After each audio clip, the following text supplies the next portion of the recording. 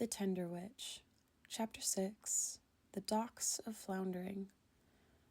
3 hours I spent prior to the sun rising, tossing quietly in the dark of my half-dreams. After dropping Otto at his schoolhouse, Dorothy and Mary would escort me to their favorite sweet shop, after which we'd find our way to the docks at the cliffs. In the back of my mind, I was more inclined to wander at the museum Dorothy had mentioned last night.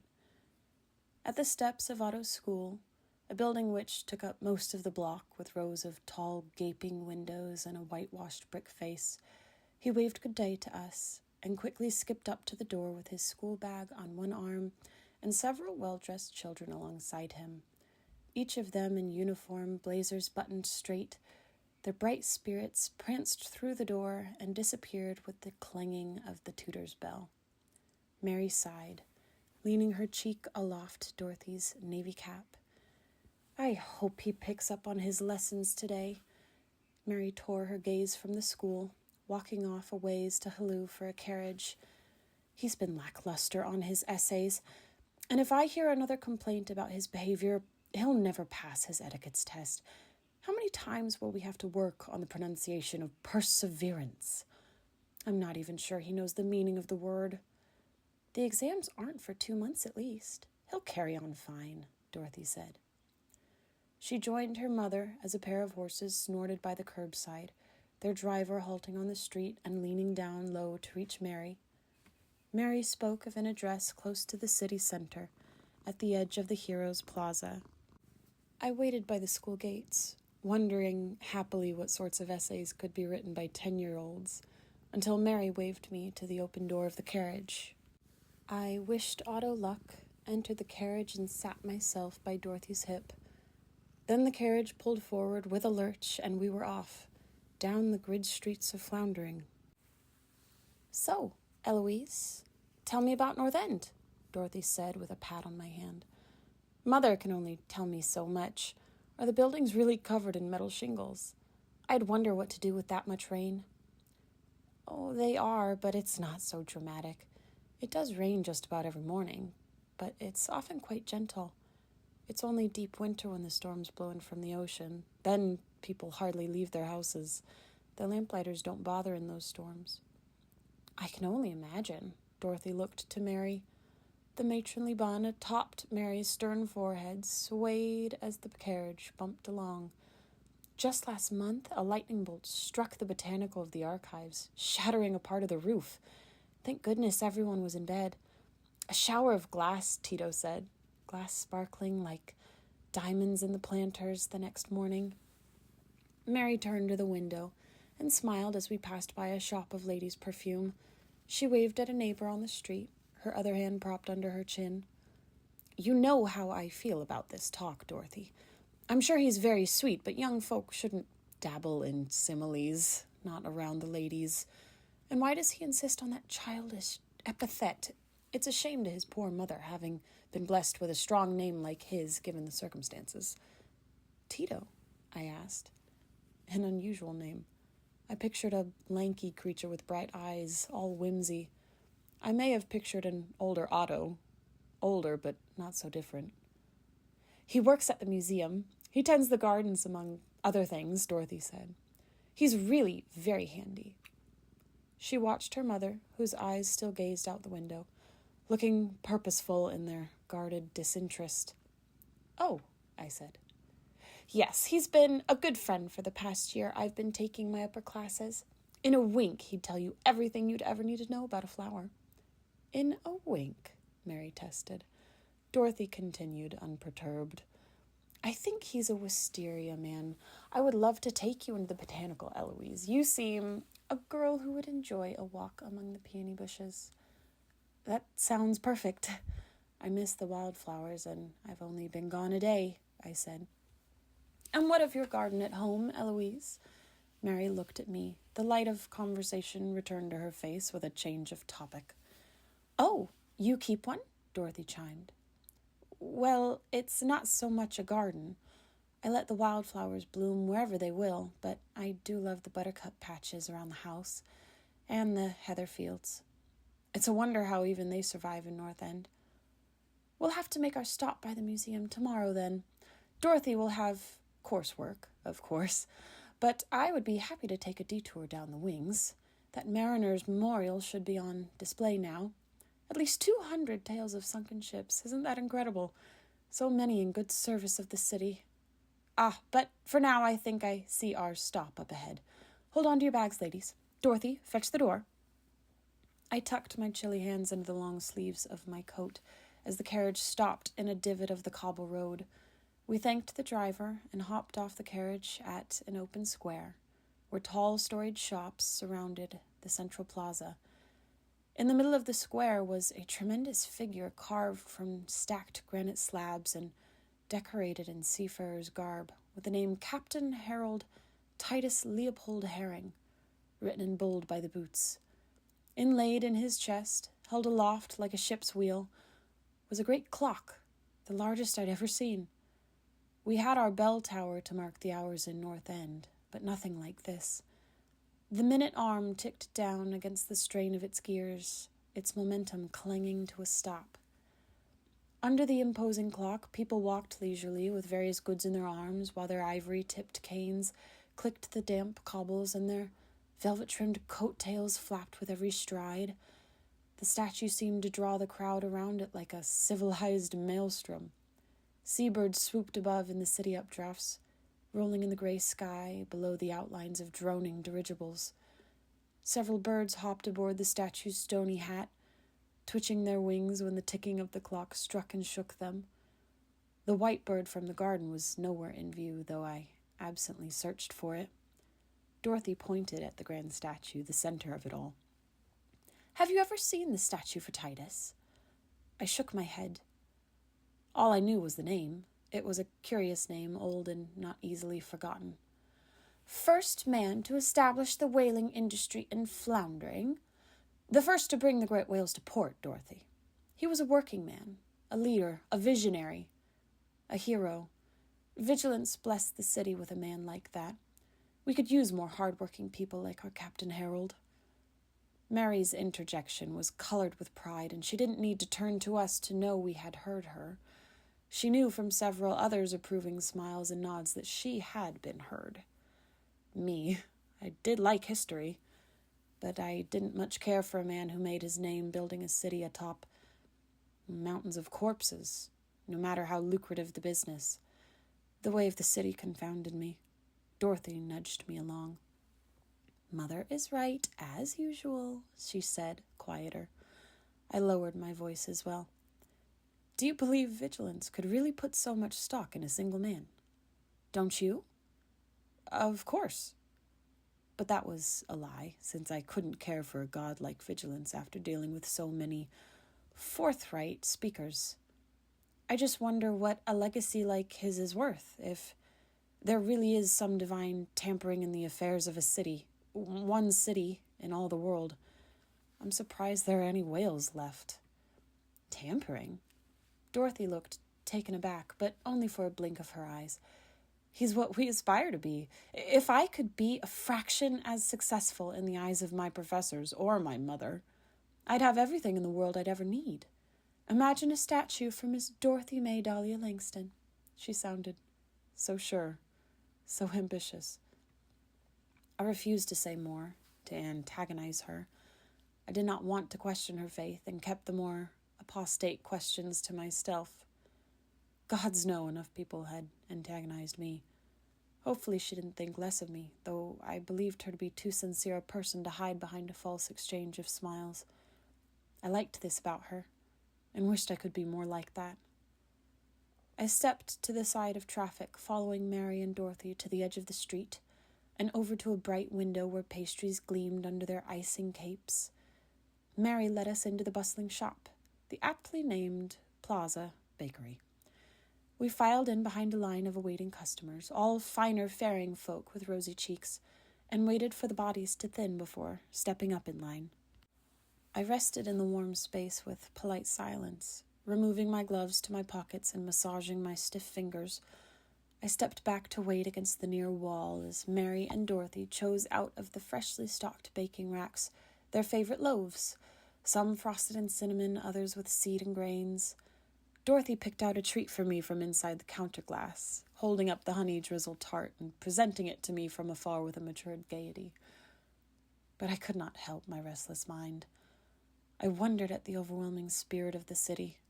Today, the sheer magnitude of people, not to mention their conspicuous monument, seemed to reinforce my growing sense of personal otherness. And yet each passerby seemed to offer the chance at a wholesome conversation, a story, a tale, a life. It could not be all bad, this place. I wondered, too, whose baking would be better, Darren's or this popular spot. Outside of my hazy thoughts, Mary smiled with the clerk and motioned to me, waving me over, their payment made. I reluctantly joined, the same mask of a smile present on my face.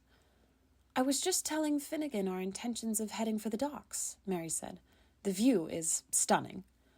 "A pleasure to meet you, Mr. Finnegan." "A pleasure, miss. And Mrs. Langston has hit it on the nose. If there's one thing every tourist ought to do, that's enjoy the view. The docks should be in full swing by this time. Nothing more beautiful than a community hard at work." I could smile to that, at least, though I had thought we were going more for a glimpse of the ocean. Mr. Finnegan passed along one of the loaves to me in a parchment sheath, his hands stained by the counting of copper slims.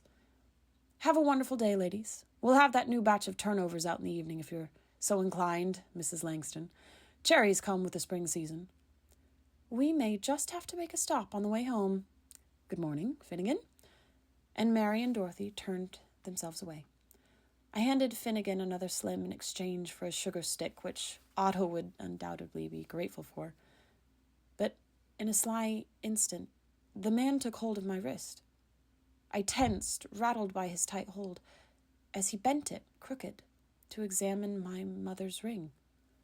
He held his smile and waved distractedly as Mary opened the door to leave the shop. No one stopped him. Did anyone notice? I was too shaken to speak. "Curious sigil here." Finnegan tapped a finger on the silver cameo, a two-faced figure with a crown of little pearls like stars. My own fingers curled into a nervous fist. Folk don't take kindly to the old gods here, myself included. I wouldn't think to see a hag child in the station master's company. He let go of my wrist, his threat made, though of what I wasn't sure. I could have screamed, cried out. No one had ever grabbed me, harnessed me with a stare, so full of malice. But I was terribly surrounded, paralyzed. I'm not. The words sputtered through my teeth, and there was a sharp pain in my joint. I turned to follow where Mary and Dorothy had held open the door for me, to leave, to escape. Finnegan watched the while, eyes boring into my back as I shied away. "What was your name again?" he asked. Don't mind me," I said, and reached for the door. "Mind the fences, by the cliffs. Wouldn't want to take a tumble," he called, excited as a songbird. "Wouldn't that be a shame?"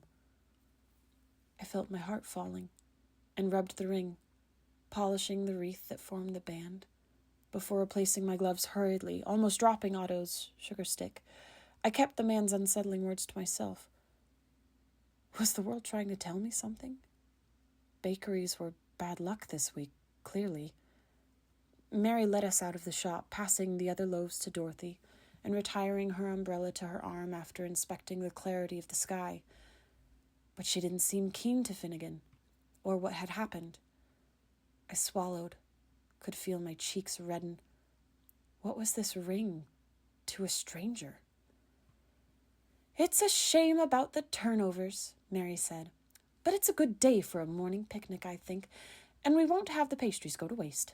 Dorothy, an eye on the clock, my dear. You have class this afternoon?" "Yes, Mother." Folding wood tables and chairs from the nearby eateries cluttered my view of the plaza in an organized disarray.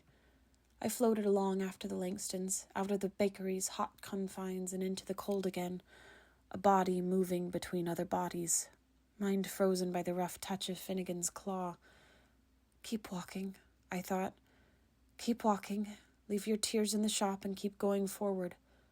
For self-preservation, if anything, keep walking, head high. You can go home soon. You are brave. Mary led us under pitched awnings as I tugged my gloves back on. We crossed paths with all types in our efforts through the crowd, like troops of young ladies, for instance, traveling arm in arm and careful to avoid the puddles on the sidewalk's edge. Practiced poise personified. Between the alley of a coppersmith and a jeweler were aproned men sharing secret smokes in the shadows and snorting up dark spittle over their tinned breakfasts. Some philanthropic faces had brought their wares into the center of the square, carving wood chair legs and oiling cutting boards for the world to gather around, to admire their efforts and craftsmanship and buy a picture frame or two. But most people in the plaza resembled the more established class, the middle-late aged and comfortable, with their custom felt hats and tailored wool coats, thick boot soles and polished leather. Few stopped to see the carver, despite his best show-stopping step stool, especially when, opposite the carver, there was an apprentice speaker drawing a crowd with his spouting of jumbled verses at the feet of the Captain Herald. I looked down to judge the worth of my own homemade scarf and scuffed heels, laces frayed, the picture of unkempt decorum. Dorothy, my junior, looked cleaner in only her academy's pallid grey uniform. Perhaps I fit in less than I first imagined. I should have known from that peachy woman at the fabric store. In her mind, I was only taking up space like the carver. The clock struck a chord. We passed enough shoulders to move out of the plaza and into the market commons. The buildings changed their shapes from tall brick shops, housing the weavers and lavender soaps and glass galleries, to plain grocers and pantries. Vegetables wilted in the open windows. Docked fishermen's carts stationed alongside the muddied gutters replaced the crowds, and seemed to repel them. The fishy stench permeated through the scarf I'd pushed up to cover my mouth. I could see in the gutter trickle a trail of stray, silvering fish scales. Roughly clothed men and women entreated us to pause our walk and partake in a second glance. But my stomach flopped to see the bulbous eyes glowing with a crusty pale slime, and the flies whizzing inside the gaping mouths.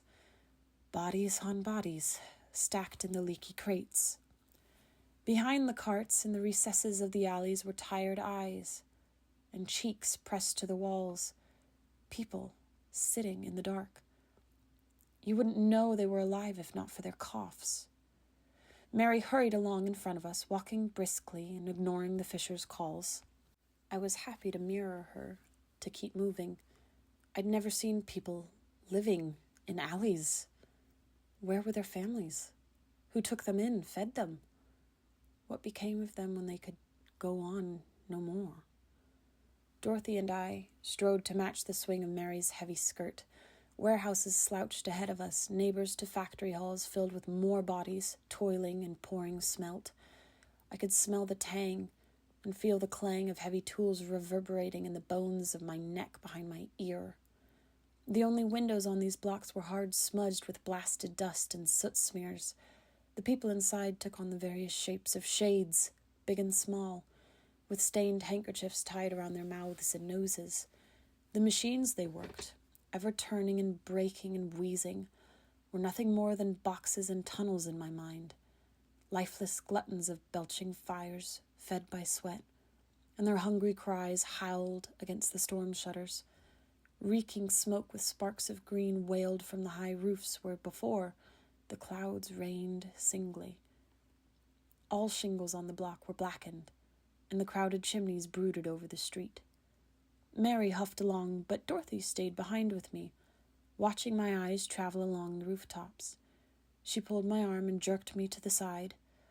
I'd almost lost the warm bread in my arms. It was a comfort to my nose given the air, and smelled so much like mornings in the Stony-Toed Tavern, and then like Darren, and then like Finnegan and his dread stare. If you keep your eye on the sky, you'll end up stepping in something foul. She'd swerved me out of the path of a pile of soggy manure. Thank you, I'm sorry. I'll keep my head about me. Are you feeling all right? Looking at the clouds? Pretty, aren't they? Oh, no, the chimneys. What makes the smoke so black? It's wretched on the lungs. The factories run night and day. I can't vouch for the depressing color or the smell, but Floundering is a busy place. Probably the busiest city north of Grey Harbor. Plenty of forges to supply the ships, and then the fisheries on top of that. It's quite impressive to see how much gets done. Not the most appealing thing in the world, is it? The smoke? Well, Dorothy continued walking, drawing her eyes from the sky in an almost regretful way. I suppose it's the cost we pay, but just wait until you see those ships at the docks. Our company was quiet the rest of the way, though the streets were racked with trafficking people and carriages. I felt I must not be walking of my own accord, but that the unsettling hurry of the city was what pulled me forward. I counted the many pooling gutter drains from between the tide of swift-moving strangers and wished for nothing more but the comfort of Mary's garden. Then the line of buildings broke, and Mary stepped off the road. Ahead of us was a cliff of benches and slow swaying grass. Enormous sprays of water relieved themselves in waterfalls from gutter pipes in the cliff face, and the mist made rainbows where the waves smacked against the rock. The water fumed with a murky foam, and I retched in my chest to consider the ratio of rainwater to human refuse which lapped and struck against the cliffs black with tar. The city was truly disturbing under all of its manners. But beyond the blackened foam, gigantic ships with armored bows cut through the whitecaps, clad to battle the gentle leviathans of the deep. Their sails spread full and taut and caught the gathering gales like wings, while the gales echoed chanting moans of the tide below the cliffs. A kite sailed too, high alongside a fleet of birds, tethered to the earth by nothing but some fishing line and an awe-faced child in overalls and a rubber rain hat. Again, the white bird was not among them. But my heart grew lighter to see the ocean again, and so close. It was as if a nightmare had ended and a waking dream began. The chimney smoke faded behind us into the high fog. I much preferred this to the lane of factories. It looks like home. What's that? Mary turned to me, admiring the stretch of free land corralled by its low stone wall. She drew Dorothy by the arm and me, and we set for an open bench by the cliff fence. It looks like home. I much like this. Ah, good. I had hoped you would. A good glimpse of the city for your first real day with us. You're lucky, then. This stretch has fended off the docks for decades. Not for much longer, rest assured. But today it can be our own. We sat in tandem as Mary took the pastry bag from Dorothy and handed me a roll filled with jam and dusted with powder. I took it with a humble nod before cautiously removing my gloves. I crossed my legs, the reason for wearing my heavy coat suddenly apparent as the ocean air gnawed at my naked fingertips. My nose burned and ached with the cold. I moved closer to Dorothy, and she locked her arm with mine. She smelled like pressed flowers. To us, ladies, our picnic, and to Otto's next compelling essay. Vigilance help, my boy. Mary raised her roll, some powder sticking to her fingers and lap. Dorothy raised hers as well. And to my next term application. They both waited for me to conclude again. I inhaled what would have been a sigh. To the Langston household, your family has made this journey much more manageable. Thank you. And thank you for the picnic. Mary took my hand and squeezed it, the warmth shocking my skin. We're so happy to have you with us, Eloise. Truly. We'd eaten the whole of our meager picnic after some minutes and sat in the ensuing calm as the fog further dissipated. The kite flew higher, or seemed to, as the sky widened to show a bright and vibrant blue, bright like cerulean silk. Even the spreading of the sun over the land felt pleasant. It cloaked the cliff in a soft-spoken warmth hardly known to me or my home in North End. I found my eyes closed, loose hair shifting over my cheeks in the hush of wind, trying to drown the contusive accusations of hag-child, still lodged in my inner ear and purpling my heart. Dorothy rummaged through the bag for the prized pastry she'd picked for me. A prod to my shoulder, and I opened my eyes to a candied tart and her inquisitive smile. She had a habit, I'd noticed, of looking straight full into someone's eyes.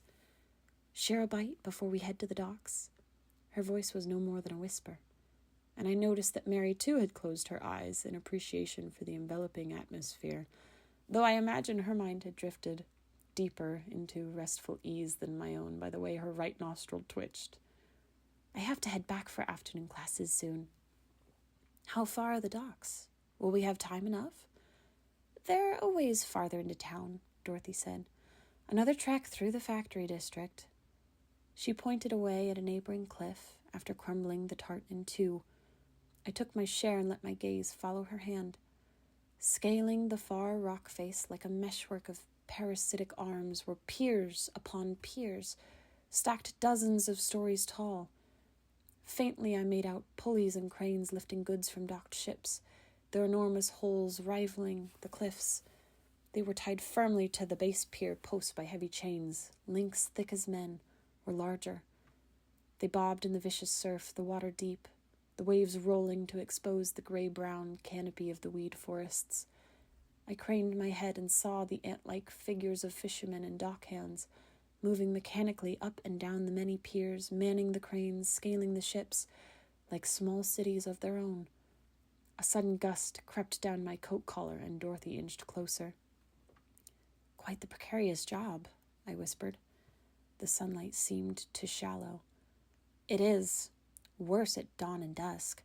But we have some of the largest ships in the world here. I'm sure a stop by the shipyards would be entertaining. I've never felt so small save by the belly of the Merciful." "Merciful?" "It's the next big ship waiting to be put out to harbor," she said. "Been in construction for several weeks now, just a skeleton since I last saw it, but impressive nonetheless. One day in summer, they say she'll be the pride and joy of the whaling industry. Above the cannery, there's the mast. Can you imagine how many hours of work it will have taken them? People could live the entirety of their lives and never set foot on a ship so grand." Back across the water, I saw the tipmost top of the skeleton ship, peeking from over the rusted tin roof of what must have been the cannery. Rigging swayed and held the mast firm in its place. But it was not the ship that startled my imagination. Visions of whales, pinned and bleeding out in the salt, entrails pierced and dragged alongside the behemoth whaling ships, Pod following behind in mournful song, was what first came to mind. I could see the bloodied stains on the flank of the nearest ship along the coastline. No wave could wash the stain. I'm sure I grimaced outright. What a grand ship, I thought, with a grand purpose. But my attention was swiftly diverted when, at the far end of the cliff where the top piers jutted out into the open air over the ocean, I saw a crowd had gathered. Beyond them, on the end of the pier where the planks looked thin and the supporting beams grew sparse, there stood a single figure. The person backed up and up, like a grain of rice teetering on the edge of a wooden spoon. What are they doing there? I had only muttered it, and stood confused with the tart still in my hand. Dorothy caught my coat hem and tugged as I moved away, but I shrugged off her fingers and continued walking forward. I stopped when my toes kicked against the stone wall, preventing young ones like the rain hat from dropping off into the ocean. "Eloise, what are you peeking at?" Dorothy took a place at my side, smile fading.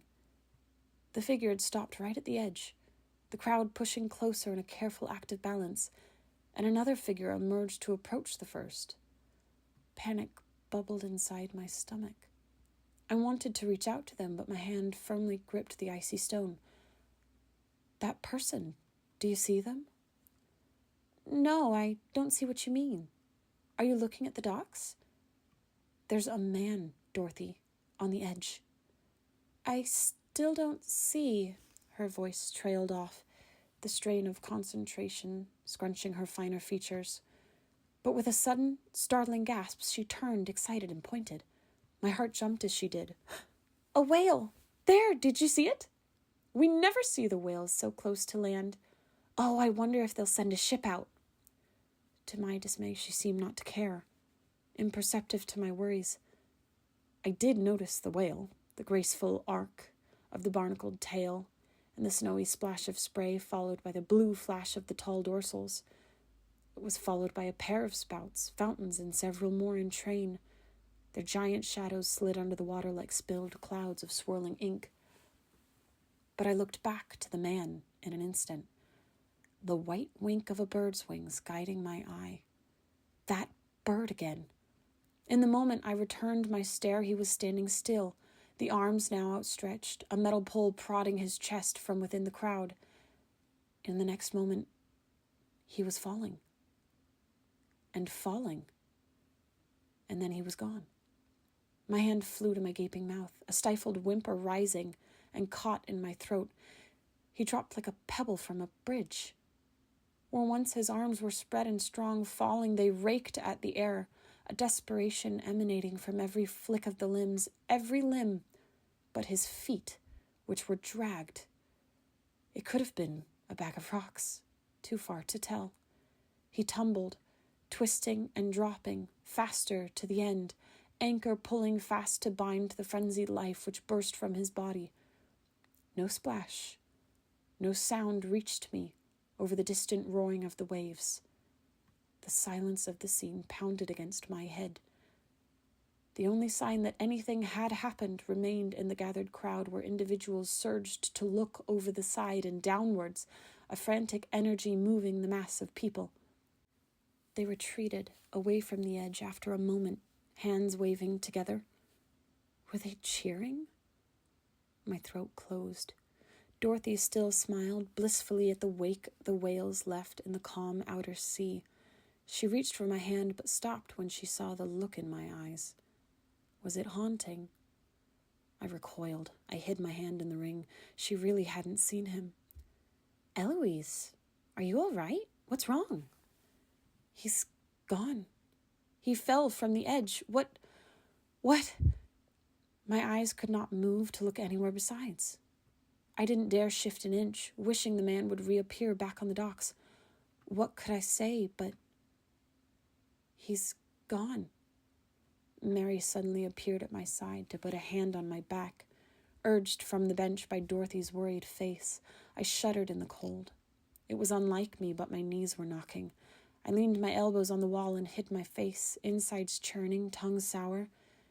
It wasn't the cold that shocked me weary. Take a tumble, Finnegan had said. Hag child. The words pulsed in my heart. Once again, the white bird had disappeared as well, along with the man. Eloise, dear? Dorothy, speak to me. Come away from the edge. Dorothy tried to lift my arms, but my weight was not my own, and I fell to kneel in the dewy grass. She said she saw a man, Dorothy said. But I don't know. I didn't see anyone. Eloise, look to me, dear. Please, I just need a moment, I whispered. I heard Mary sigh with pitying breath, hands still resting on my back. Rather than ground me, the pressure of her hand further made me feel like a feather on the breeze. How easy it would be for someone to push me, too, over the wall. My mind was drifting again, right off the edge, and I lost the feeling in my legs. I had to look at them to remember they were mine, to make them move. Dorothy, fetch the bags, please, Mary said, and Dorothy did. Let me get you out of the cold, Eloise. Would you like my coat, dear?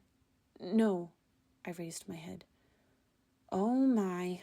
Even those pretty cheeks are white as wig powder. Mary drew me up from the ground and patted my cheek. Steady now. We'll go slowly. Straight home for you. Straight home for a hot bath. Doesn't that sound nice? And Mary continued cooing encouragements to steer me closer to the roadside, away from the ocean. I swore the water swirled darker, the sky booming to match it. It would rain that night, I knew. Like the day my parents died. That day. It was coming back to me. That day I was alone, in the garden, tending the blooms, who, in my ignorance of what had become of my family, my own, still dazzled my eyes with the mirth of all their colors. Had I the power to look only minutes into the future, I would know myself to be an established orphan. I wasn't yet out of the academy. They were at Haymeyer. When they died, they were at Haymeyer, not at home, but in a small town many days south of North End, a town planted along the rivers and fens that bore down from the peaks along the forest. My father was hired to reconstruct the town's gathering hall, my mother to help plan a garden at this town's schoolhouse. They often traveled together, and I with them. But not that time. They stayed in a room at a farmstead off of the main road. It only took one night of strolling too late in wood country for them to go missing. My father's body, or what remained, was found the next dawn in an apricot orchard. After days of the good people of Haymeyer searching, my mother was never found, presumed dead. That day, the letter from the coroner, darkened by spots of rain and filled with all the details which proved to depress and break my heart, dropped from my hands as thunder threatened the very solidity of my earth and sky.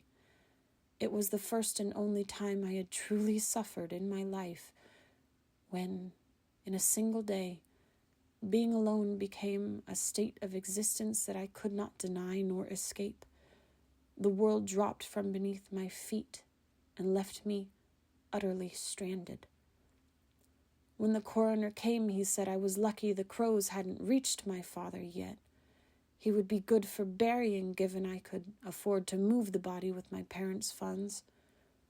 After the speaker stopped by, spat the rights of vigilance into the land, and left, Stacy's Hobart was kind enough to lend me his shovel and time. The other people of North End would not tread on a hag's land, not to bury my father, who was always good to them. But Hobart was a man willing to visit me during a hunt of all seasons, and together we buried my father under his little tree atop the hill. Stacy didn't want me involved in such a thing, and maybe she was right. It's hard work digging a deep grave, harder to resolve to wrap the body, to lift it, carry it, and lay it down, touching it for the last time, and knowing full well that what remained was an emptied hermit's shell of something once loved. The spirit of it moved on, or rather, cast into oblivion and dissolved. There is no comfortable place for corpses in the land of the living. It is the law of vigilance to push them down.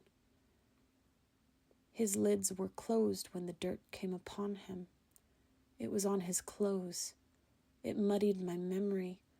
I kissed the ground when it was done. No tears. My hands shaking in the grass to rub away the feeling of death. I could not manage to lift my head. There was a crushing weight on my shoulders and an emptiness where I knew my mother should have joined him. It was only after I freed his spirit from his body that I cried for days. I was wretched until I could not cry anymore.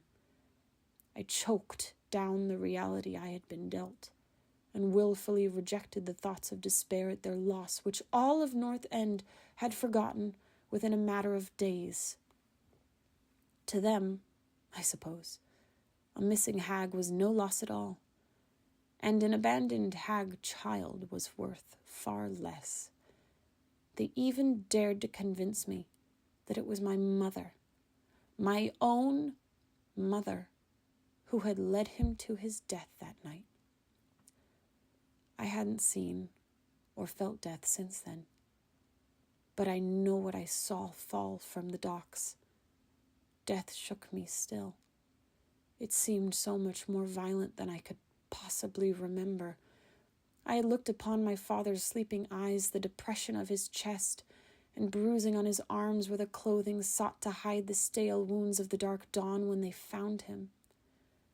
That man on the pier may as well have dug the grave up, undone my years of stopped tears. I thought I was through with mourning, with pain. If I moved now, I thought my ribs might shatter. I'd been holding myself together with a stitching of the thinnest threads. But what of that man? Would that man soon have a letter of his own to be sent home to a family? Or was he drifting in that unforgiving plain of empty husks from the beginning, alone and always alone, a faceless soul dragged from the alley? And now, gone? Which was worse, I wondered, to have and to lose, or to never have had and lose just the same. Mary shooed Dorothy to hail a carriage. The girl looked distantly on me with fear and innocence.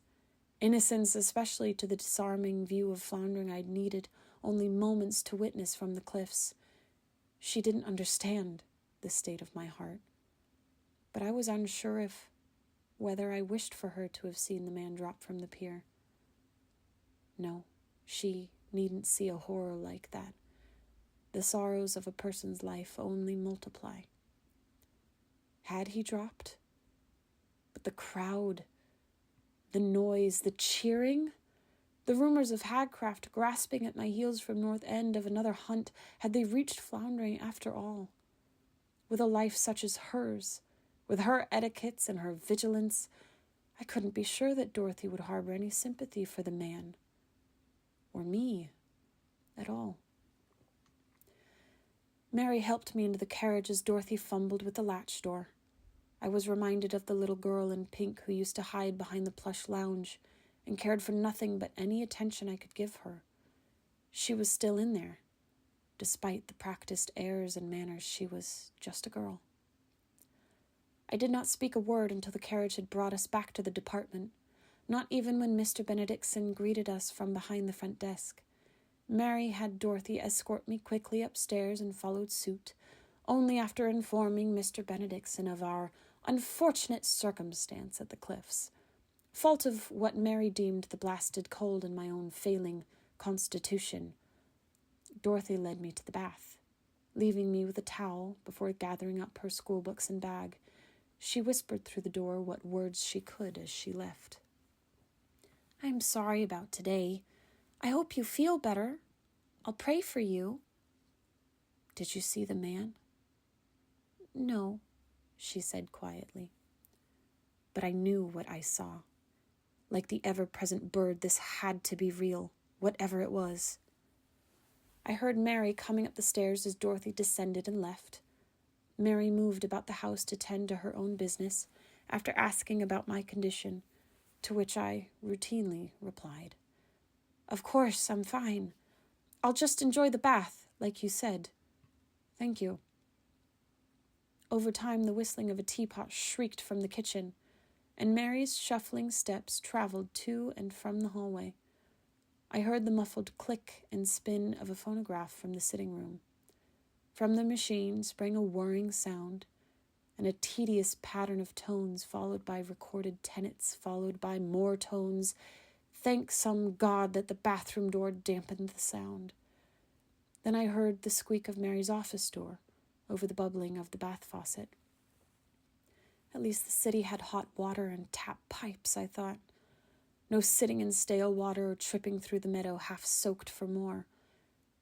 By the time the bath was full, I was left, looking in the fogged mirror, nude with my curled toes on the cold floor. I heard Mary recite at every interval of the music, "Discipline, patience, perseverance." All good things in their own right, but not to my ears. The first toe dipped in to test the cloudy water winced with the rest of me, heat burning through the frigid skin and bone. I stepped away from the bath and crossed my arms, looking back into the mirror. My face was fierce, but the eyes were fallen, the face of someone already defeated. My fingers left brutish imprints on the forearms they gripped. I shook my head away and tore the ribbon from my hair. I did not recognize the misshapen figure in that mirror, spotted with doubt and etched by the hand of bitterness. When had I become so soft to the outside world? I'd endured years of this mood. I hated that other people should see it so clearly on my face. I turned back and thrust both feet into the water, biting my tongue and settling into the steam. The water drowned my aches and nerves in fire. I could not stay here in this city. I had made a mistake in coming, I thought, and hadn't yet had a meaningful moment to speak about my mother alone, about what she had left with Mary so many years ago. Every kind gesture from the Langstons was now shadowed by the stink of oil-slick streets, chalky smoke chimneys towering over the lighter hearts of everyone around me, rotting fish stalls with their bulging glass eyes, and the man on the pier who wasn't a man anymore. I felt sick and pressed my hands to my face, succumbing to the corner of darkness that still whispered hag child. Even soaked in the bath, my fingers were numb and pricked my cheeks with stinging cold. And then the thoughts of Finnegan surfaced. The rat of a man with his smiling and mocking, his force and blind contempt. Never had someone gone so far. And for what I still wasn't sure. A ring? It took minutes to decide what I wanted to do. I stood and dried, stepping out of the bathroom in my smock and sweater, hair dripping onto my shoulders. I didn't care it would be a pain to dry. I opened the door to the empty apartment, recitations on ambition and divine purposes orating in impertinent crescendo tones from the phonograph. Across the hall, Mary's study door was closed. I approached it and pushed the door gently open, my mind too preoccupied to knock. I saw her reclining at her desk with a brass cigar clip, a plume of acrid smoke wafting out her open window. She dropped the cigar on the stretched leather of her desk, eyes betraying her surprise and indecency. "Oh, Eloise, she started, coughing before pinching at the scattered ashes and dropping them into a secret tray hid within one of her cabinets. Her face was stiff, the expression vague, and her fingers were agitated. I would have responded with an apology, but her shrill voice jumped around the room before I had the chance. "I'm sorry, you caught me off my guard. It's just an old habit, this." She tilted her eyes to the smoldering cigar, which she propped up on a wood coaster to save the still-burning foot. I knew that idle habits were frowned upon by vigilantes. They were believers in human ingenuity and hard-earned efforts. The exact reason why my trips to Mr. Pavel's back canvas and art room were kept discreet between the two of us. I suppose being master of the station and post had its benefits. How much it must have cost her to acquire a fat cigar like that, I wouldn't know. She coughed again. "Keep it from Otto, won't you? Dorothy knows, but she detests it. I try to keep it out of the house, of course." Mary paused a moment before going on.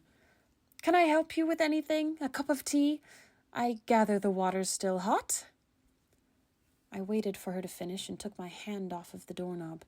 I didn't want a thing to do with this. "I'd like to know what my mother left with you, please," I said.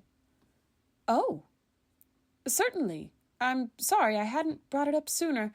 It seemed a strenuous subject to bring into a proper conversation when you first arrived, I suppose." Mary stood and moved to a shelf on the wall.